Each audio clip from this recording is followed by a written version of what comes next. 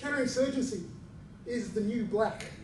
A few years ago, we had stored at the bottom of our bookcases. It was something that belonged to history, and we completely ignored it. There were two successful invasions of states well, a number. One in Kuwait, one in Afghanistan, and one in Iraq, which were straight conventional World War II style invasions by one state of another state. And then all of a sudden, counterinsurgency arose. And being highly adaptive, the think tanks and the academic institutions and armies of the world switched their attention immediately to counterinsurgency. And now all of those places are bulging with counterinsurgency experts. And today is my turn.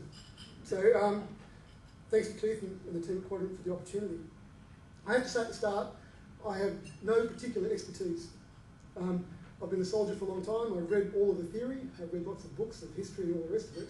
And I was fortunate to be in Iraq during the planning for and the conduct of the surge. And I was stunned to the extent that what was going on in Iraq had absolutely nothing to do with any of the theory I'd been taught or read about hitherto. And that made me think, well, why is this so? And I came to the conclusion that all insurgencies are rooted in their local cultures, and they are therefore so diverse that each one is truly unique. And nearly every article you read about counterinsurgency starts off with someone saying, every counterinsurgency is unique, but hey, I'm going to write a generic prescription. And my real concern is that we are trying to push square pegs into round holes because we are trying to apply the wrong metaphors and analogies to the problems we're dealing with today. Typically, on any given weekend, we're reading the paper that the answer to any insurgency lies in the hearts and minds of the people. And that was a statement made by Gerald Templer in the 1950s in Malaya. There is no military solution to the war in Afghanistan. Good governance will suck the oxygen out of insurgency, which was a comment made by the Secretary General of NATO.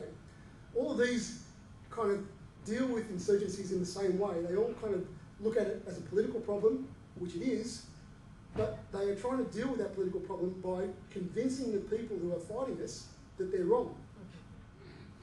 And so we're kind of trying to deal with them as if we can sell them a used car or a fridge. Now, they've taken up rifles and bombs and 737s, and they're trying to kill us. It's not a good basis on which to strike a deal. And really, the thrust of tonight's discussion is that we have to set a new foundation on which we can cut a deal. So, my question is, all this kind of talk about counterinsurgency, how applicable and useful is it today? What actually triggered me to write the article, which will appear in next month's edition of Quadrant, was a thing that happened last August and September in Afghanistan. And the Kajaki Dam is a large dam about 60 kilometres northwest of Kandahar, which is a product of US aid delivery in the 1970s.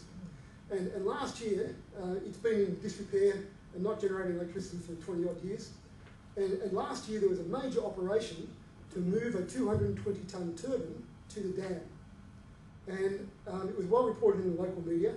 And essentially, NATO had to cut a road across country, which was good enough to move a 220-tonne turbine. And to try and distract the Taliban from this activity, they mounted a major deception operation along Route 611, Highway 611. And this all worked very well. So they cut the road, they fought their way across country, maybe 100 Taliban were killed, and a number of NATO soldiers were killed in the deal. And the deception plan went well, which involved a couple of battalions pushing their way through a bunch of IEDs on Highway 611. And according to the press, at one stage they needed to move through a village, and they offered the village elders $25,000 US to allow them safe conduct. And the village elders wouldn't allow them because the Taliban forbade it. And at the end of the operation, the commander made the comment, it's a very explicit demonstration on behalf of the Afghan citizens of Helmand that the international community means business here. I would sense that in the sweep of the campaign, this marks the end of the beginning, which is a bit Churchillian. But it occurs to me that is complete and utter garbage. Here, NATO has been forced into the role of insurgent. It can't use the highways, it can't enter villages, it can't behave as a government, which it's purporting to be, and it's forced to run and hide and try and strike a deal. And the people who are actually in charge, who have the authority to veto that deal, is the Taliban. And so how can we say that we have demonstrated that we're in control here? In fact, we've demonstrated our weakness. We've demonstrated our reluctance to confront the Taliban, and we've ceded the battlefield to them. And it just seems to make nonsense of the whole approach. If you go to the next level down, electricity won't begin to flow for 2 to 3 years. It occurs to me that at that stage, whichever government is in charge will get the kudos of the electricity. No one will look back at NATO's time and say, those good old NATO guys, they gave us these watts. If Taliban's in charge, they'll get the kudos of electricity. If NATO's in charge, or the state of Afghanistan's in charge, they'll get the kudos. Of course, if the Taliban hasn't been disposed of in those 2 or 3 years, we're left with a problem of transmission lines.